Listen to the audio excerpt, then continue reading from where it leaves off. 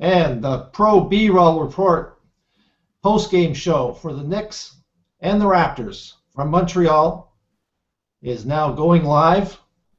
And for a preseason game where the coaches still have the opportunity to play around a bit, and they both did, we saw pretty much the rotations that Toronto's going to be using and that the Knicks will be using if they find themselves short Jose Calderon and Andrea Bargnani due to injury when the season starts on Wednesday.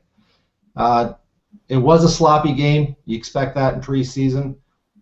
We did see a couple people get in at times that will not happen during the regular season.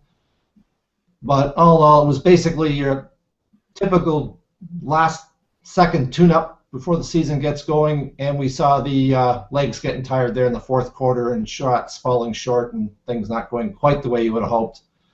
But in the end, Toronto pulls out the win, and we did see some of the second-unit guys actually kind of saving the tail end of the game there for Toronto. Tonight on the post-game show, got co-host James Borbath, the Dino Nation blogger of years past and well known to many Raptors fans. And James, I know you noticed that at times this game was not quite up to the standards of a regular season game and had a nice glitch there at the end from our friends at TSN. What your initial impressions of our last preseason game. Preseason over. Yes, yes, yes. And, of course, our friends at TSN, they no longer have hockey, Steve. They need to embrace these basketball fans. These technical errors, I mean, it happens all the time. Like, they say it's an accident, and sure, an accident can happen once, but twice, but 3 times. They'll call me a conspiracy theorist, but this is becoming a trend, so let's hope that doesn't happen Wednesday. Who's doing the game Wednesday? Do we even know? Unfortunately, and this has been made fun of on social media, it appears that between Rogers and TSN, they have not been able to straighten out the broadcast schedule with the excuse that they're trying to work it out with the league office because, of course, they care which national broadcaster carries the Raptors. But hopefully, by opening night, we will know who's carrying the games for the Raptors this year. That'll be great because the team's actually doing their part, and actually looks like they could win some games. It'd be nice if the broadcasters would stop fighting with each other long enough to try and promote basketball in this country. I'm just saying. And the good part about tonight is we did get to watch a game. We did get to see the starters play significant minutes, not as many as you might have hoped, but pretty decent minutes. And if Toronto could have stopped turning the ball over, this should have been and would have been a blowout game. But second chance points for the Knicks, 21 second chance points, Toronto 19 turnovers. This game still had that feel of a preseason game. And no Andrea Bargnani, no Jose Calderon and your ex-Raptors, but an ex-Raptor making an impact and one that a lot of Raptor fans liked. Of course, a lot of Raptor fans liked Jose except for me, but a lot of Raptor fans also like Quincy Acy. A nice night for him. I don't think he's going to play significant minutes for Derek Fisher or the New York Knicks, but he certainly showed that he can serve a role on this team for the Knicks. I thought he did a good job, got in there, banged on the glass. Looked a lot like Reggie Evans, did a lot of the things that we got to see him do in Toronto, and nice night for him. Yeah, Quincy Acy had a nice finish to the game. They did pull him out there. He didn't play the final minutes, but he's a hustler. He's always been a hustler. And he's developing some skills to go with that hustle, and I think he's got a career in the NBA. It doesn't look like he's going to be a starter in the NBA, but he's definitely got a career as an impact player off the bench, someone who comes in and hustles and can change the tenor of a game by just working really hard. One of the young guys we're hoping to see that from on Toronto was Lucas Babay-Nagaria, who really only got his 6 minutes in this game because he's been injured most of preseason, and he only got in his first game on Wednesday. So Casey just wanted to give him some run. But he looked really lost out there tonight, where he played really well against the FIBA boys from Maccabi Haifa, who all look like midgets running around him. Playing against NBA centers, he was trying to volleyball the ball against the backboards against an NBA center who decided just to take it from him. He's got to figure out this is not FIBA. You have to box out. It's really important. He's got the size and the speed and all the nice intangibles you look for in a young athletic center, but he has not put it all together yet. Toronto looked really, really bad when he was out there on the floor, and they basically went on a ice cold streak there in the second quarter that let the Knicks basically get back into a game they should never have been in. I don't want to hang it all on Lucas. There were 4 other guys in the court not doing anything either. He just stood out because that was his time to show the coach that maybe he's ready for a backup role, and what he showed is maybe he needs a little more work. Yeah, and it's interesting too in playing a divisional opponent. I wonder how much the Raptors really showed. Like they said on the broadcast, Matt Devlin said, and I don't know if Jack agreed with him, that this was kind of a dress rehearsal. I kind of disagree when your final game is against a divisional opponent. I don't think you show a heck of a lot to a divisional opponent in a game like this, even if it is your final preseason game. I think a lot of what the Raptors did was vanilla tonight. I think you'll see a lot different looking Raptors on Wednesday versus Atlanta. And, you know, that's to be expected. I mean, I get it. The game's on TV. They're trying to make it sound interesting, but I really didn't agree with Matt Devlin in that respect. I think when you play a divisional opponent, regardless of what game of the preseason it is, you're going to run a very vanilla package. Casey has said this at the end of a couple of games, flat out. Offense was stalling, but we're not bringing in the other stuff because we're not showing that yet. And that's the difference between this Raptors team and prior years, where we've watched the Raptors go in and try and implement their offense and their defense because they have so many new guys and they have to work on it and they have no continuity and the guys don't know what's going on. This year's different. Casey's hiding stuff. He's doing it on purpose. He's not running out his full offensive package. He's not even rolling out his whole defensive package at this point. I was going to say that as well. On defense, too, I don't think you're seeing the Raptors. Like, I've only watched a few of the games. I haven't seen all of the games this preseason, but we haven't seen a lot of zone from the Raptors, really. We haven't seen, like, some of the stuff that Casey's known for with his defensive sets. And I think you see all of that come the Atlanta game when it starts for real. But I think this whole preseason and this game tonight was kind of a good example of what the Raptors need to do, because they've made the playoffs, they've climbed that mountain, and they're always, that next year, it's, do they learn that you have to make that climb all over again? And tonight was a good example. I don't think the Raptors played a good basketball game at all. Their shooting from three-point range stunk. It was, 2 for 13? Something like that. Wasn't a good night at the office. But at the end of the day, they got the W. That's what's expected now. Fans expect it. The league expects it. They're supposed to beat the New York Knicks. And they're supposed to beat a whole bunch of other teams based on how they performed last year. And tonight they did it. It didn't look great, but it doesn't matter. Yeah, basically what we saw from Toronto is they're playing a lot of man. They're playing a lot of just individually do a good job on defense, work hard. We saw that with James Johnson in the third quarter out there on Carmelo, where he just basically tricked Carmelo into letting the clock run out. And the Knicks only shot 32% from the field for the entire game. And in the third quarter, it looked like they weren't going to make a basket for the longest time. Toronto has the ability to step it up, and we expect them to step it up.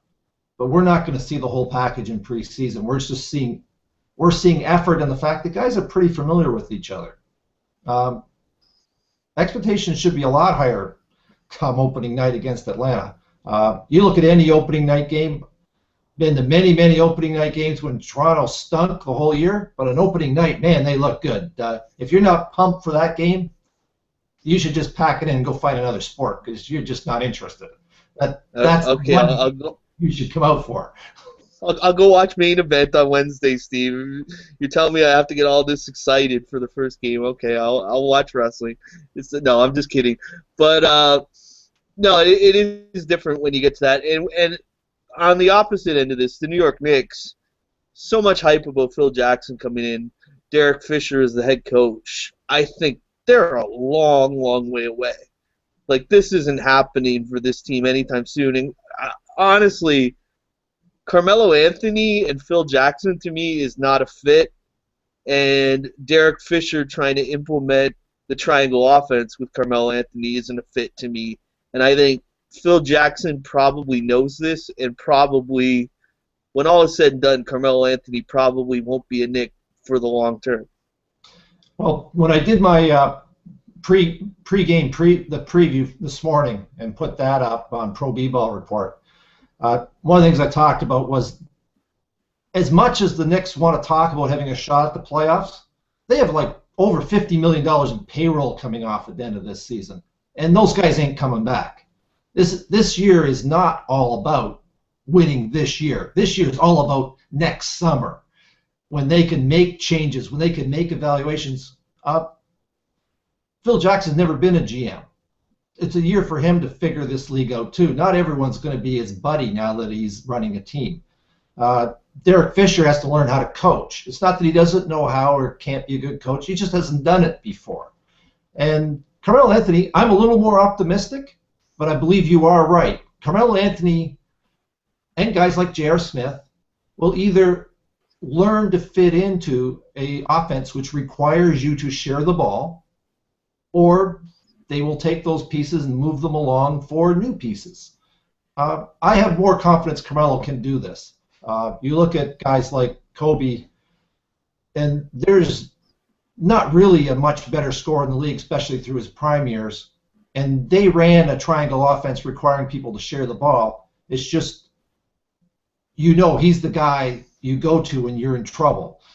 And if Carmelo's willing to become the guy that moves the ball along until he needs to score, he could do this role. The frustrating thing though is,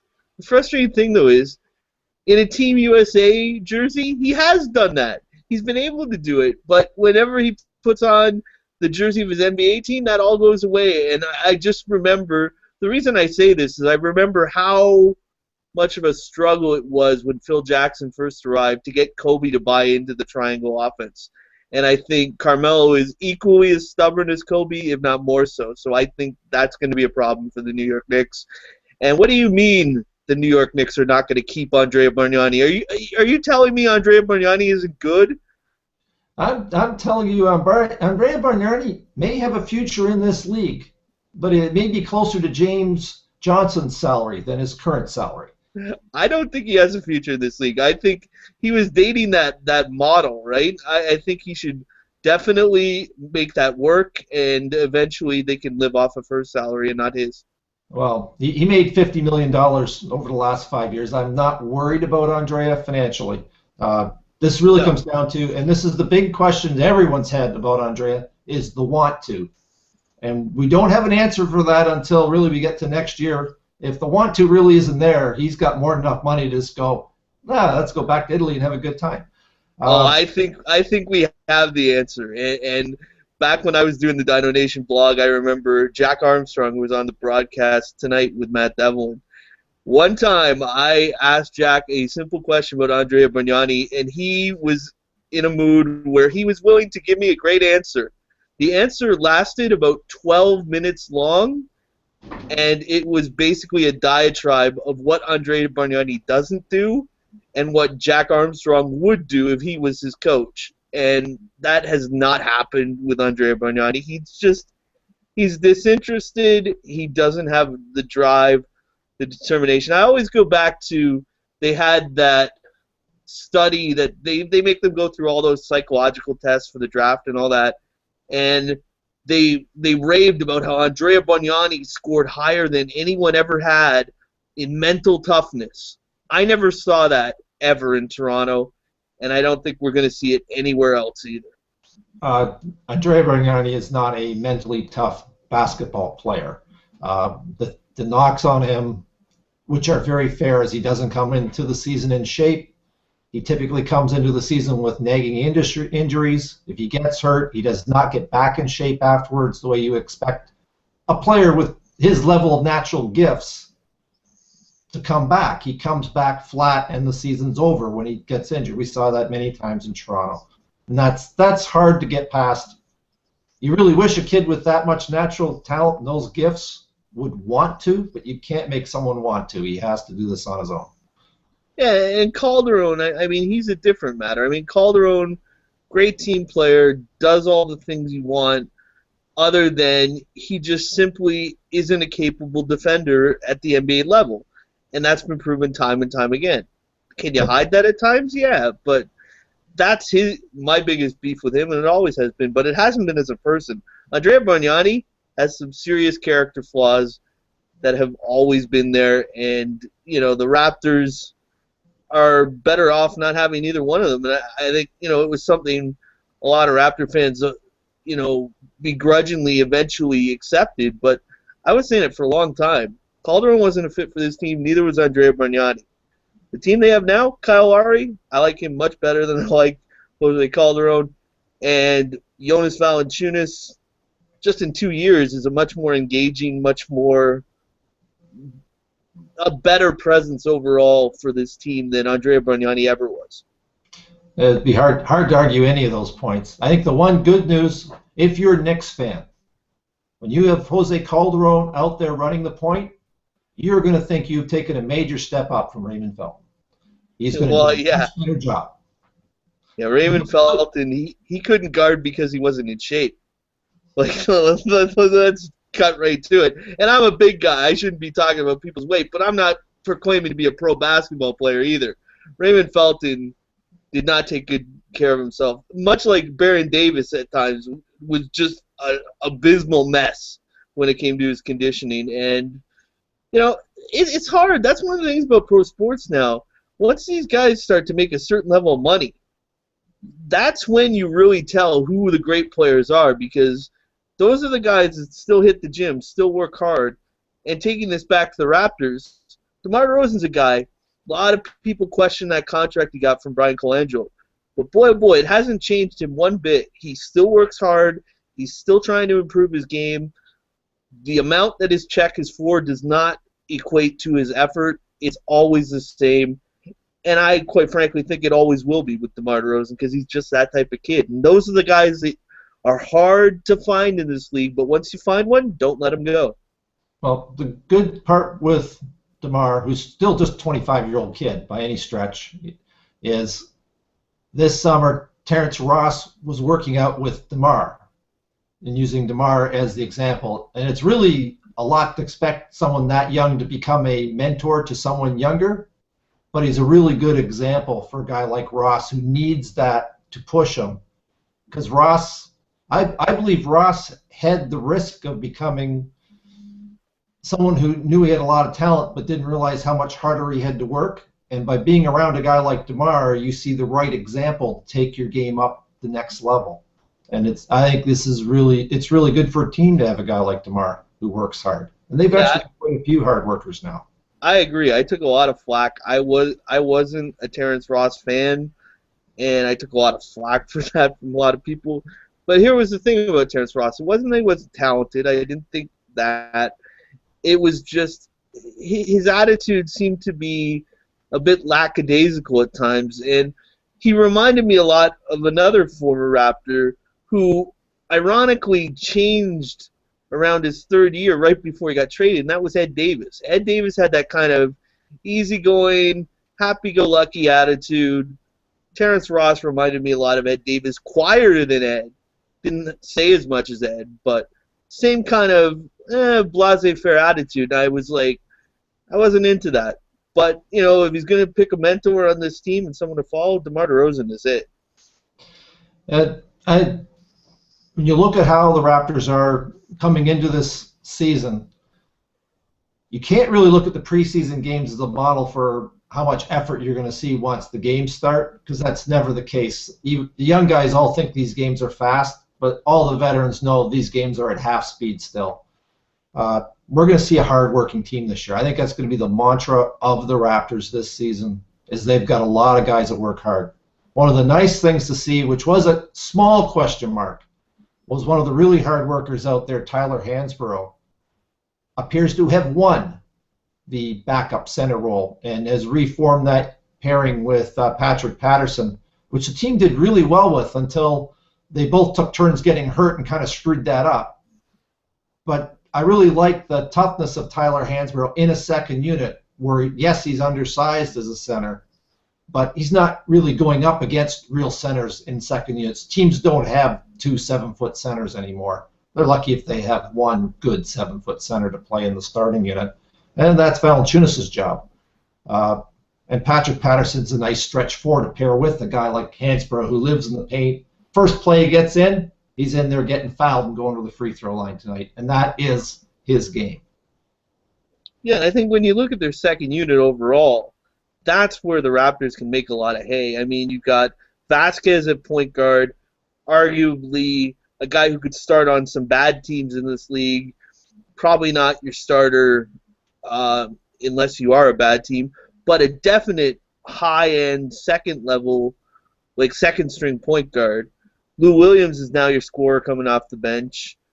He's had an up-and-down preseason, but we'll see how it goes. And you know, you mentioned Hansbrough, you mentioned Patterson. It's a great second unit that the Raptors have. Like there have been lots of years we've headed into the Raptors season, and I've rolled my eyes when people have said, oh, the Raptors have all this depth. I'm like, really?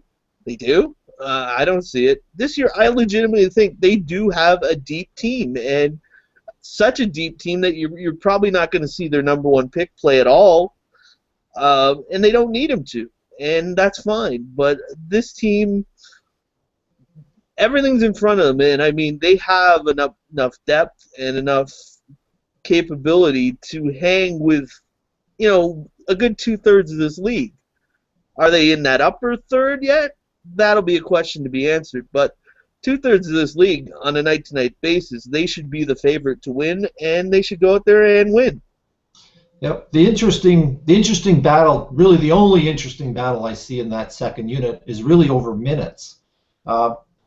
You've got Vasquez and Lou Williams coming in, and they're both really good guards. And Lou Williams did show us a couple times tonight. He's got that savvy veteran ability to take advantage. He did a blow-by for a layup there in the second quarter. You turn your head, he's gone. He's scoring. He got the steal in the second half that he took, and he got fouled going for the layup. But he has enough experience. We've got a guy with enough natural ability, enough experience that you want to play him. And then the team brought in James Johnson to soak up minutes at the three. But where this team had its best success last year was running the three-guard lineup, especially as the game went along. And I think that's going to be the most interesting minutes battle going on for the Raptors, is going into the fourth quarter, who's been getting that minutes off the bench? Is it Lou Williams and Vasquez who are getting all the extra time, or does James Johnson start moving into that because of his defensibility? Can he make his presence felt enough that he wins that battle? It's kind of interesting because they're playing different spots, but there's not enough minutes to go around this year for the talent that's on the team. They never heard before in Toronto. It's been a long, long time.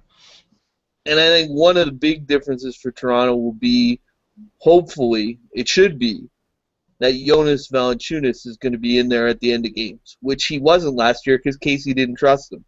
I think it's got to the point where Casey has to start trusting him because, I mean, he's an anomaly. The way he can shoot free throws at his position is absurd for this league, and the fact that he's not in there is hurting your team. So I think from the offensive point of view, he has to be in there. Defensively, we'll see how he does, but if I'm Casey, I want him in there because he can make his foul shots, and he opens up the floor because now you have a legitimate threat in the post in him and Amir Johnson.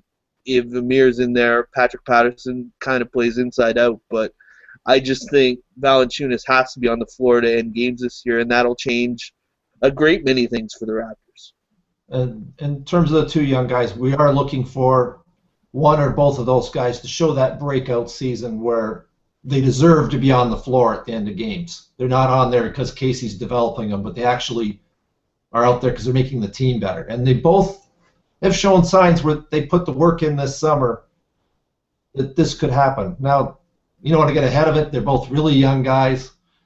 And Casey has had a tendency to be much more comfortable with Amir at center at the last of the game, or throwing out one of his vets at small forward, or going with the 3-guard lineup with a guy like Vasquez, who's much more polished than Ross is.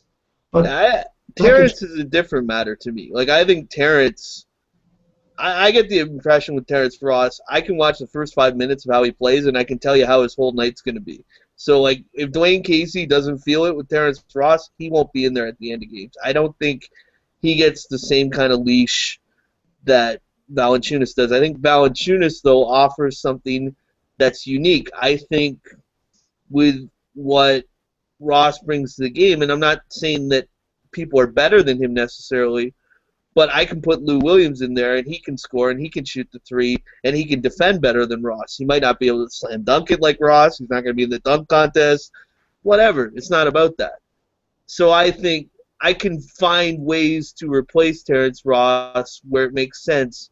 Jonas Valanciunas, it's different. I mean, Amir's a decent free throw shooter, but he's not an 80% free throw shooter, and he's a good defender.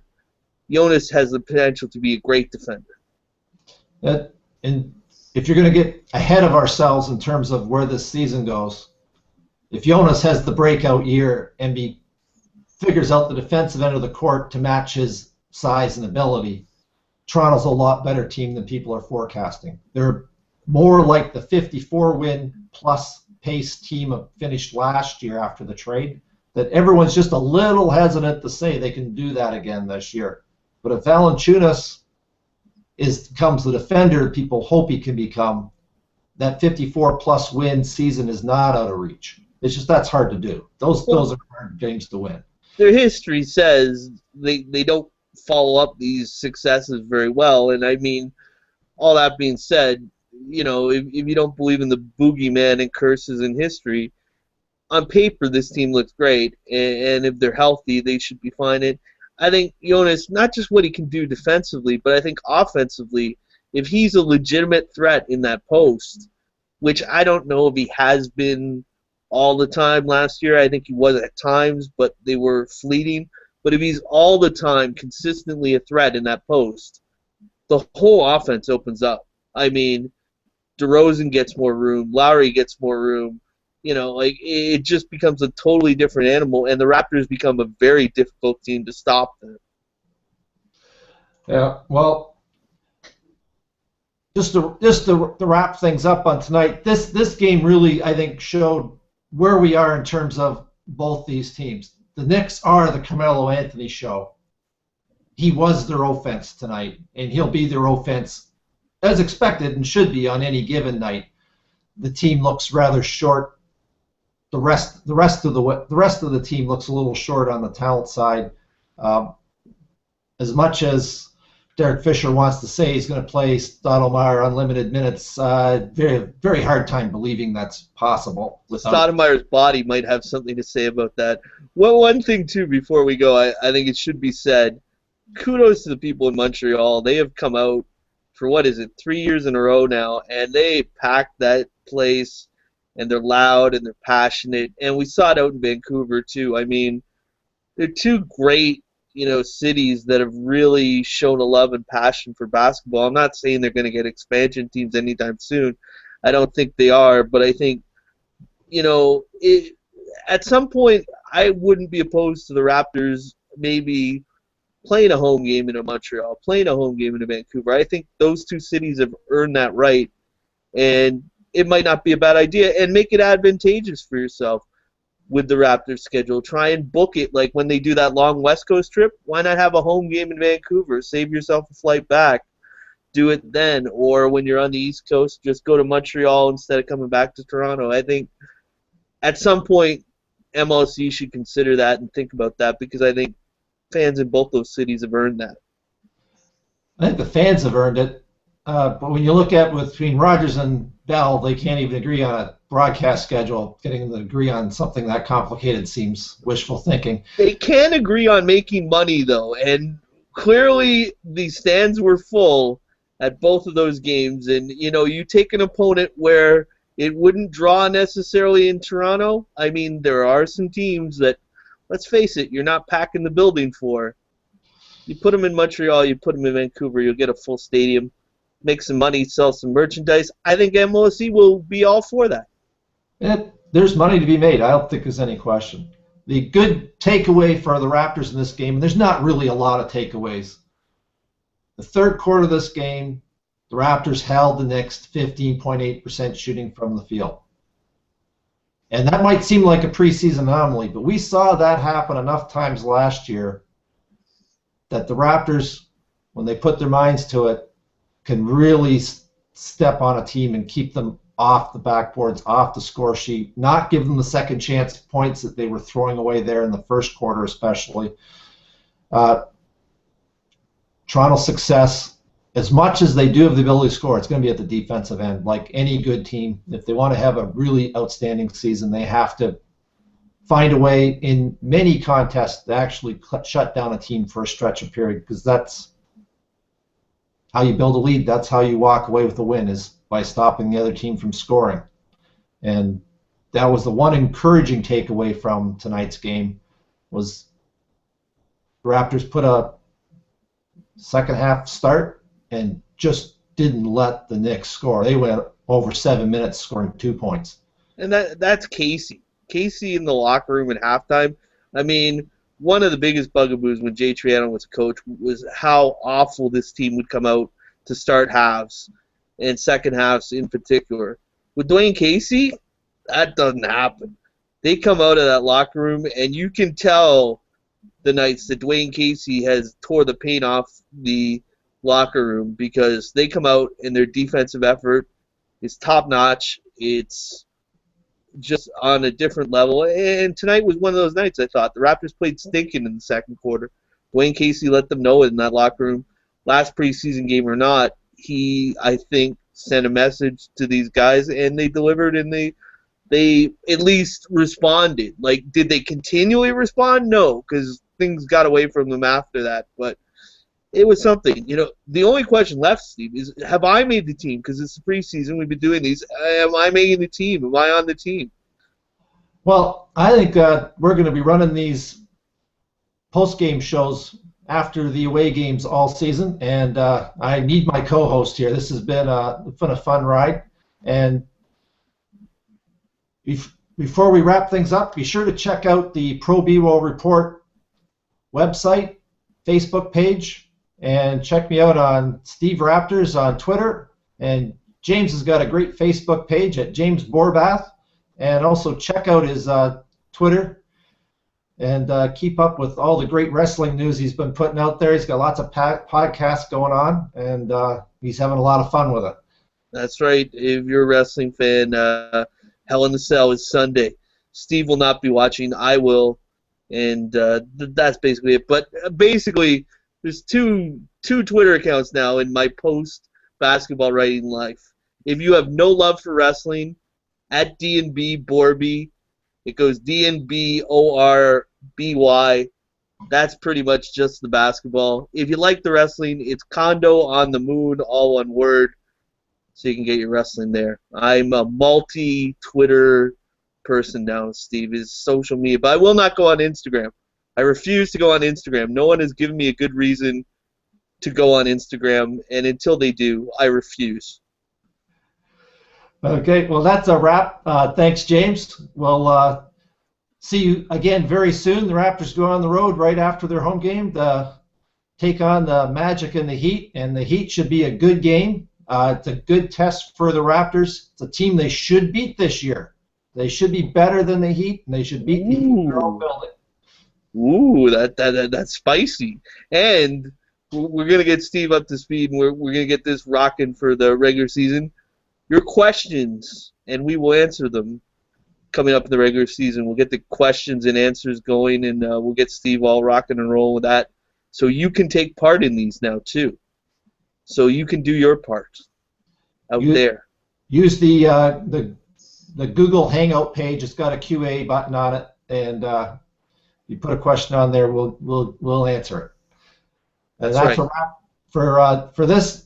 Remember to check out ProB-ballReport.com. Interviews going up every day.